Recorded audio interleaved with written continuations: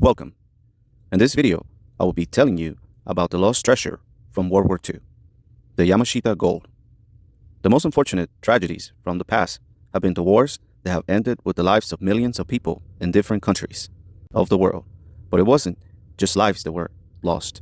The economy of several countries like China, UK, the US, Russia, Germany, France had very serious economic problems due to the several destructions of cities and raids from food, guns, and gold. During World War II, there were several raids, majority of them conducted by Japan. One of them is known to be the 20 tons of gold, and it is known by the treasure of Yamashita. In present times, it is believed to be under a mountain in the Philippines. There are several maps that have been found leading to this location.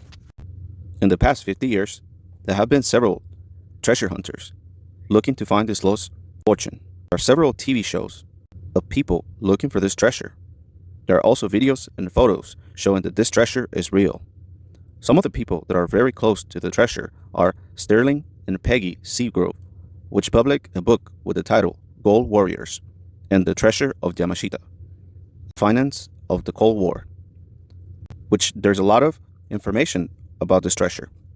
It is very unfortunate that during the war, there were several individuals that knew the location of the treasure, and some of them were brought back to the US to be executed, including the famous Yamashita.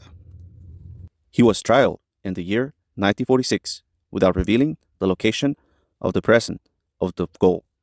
It is believed that the first hiding location of the treasure was Singapore, but it was transported to the Philippines at the end of World War II, where the process of excavation was created to keep the treasure from other countries.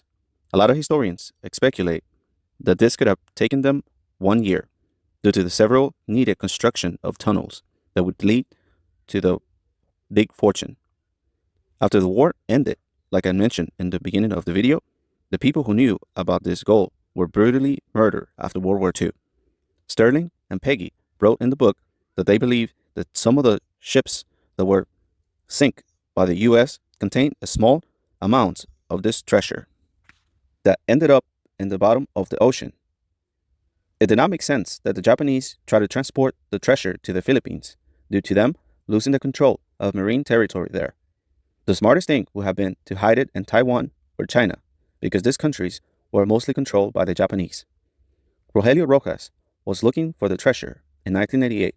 He filed a lawsuit against ex-president Ferdinand Marcos after he found one of the sons of the Japanese officers living there.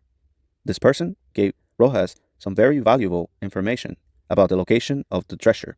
He also claimed that he found one of the Yamashita's friend, which took him near the location.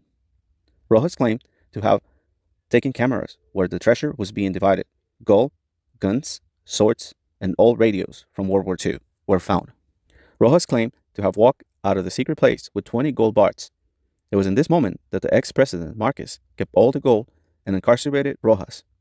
It is very unfortunate that Rojas died in 1993, but the lawsuit against the ex-president stayed open. This trial ended in 1996, where the US confirmed that Rojas was right. The wife of the ex-president was punished for being an accomplice to this.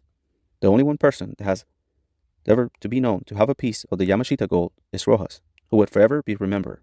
The treasure of Yamashita is still lost and will be forever remembered as one of the extraordinary things that have happened around that time.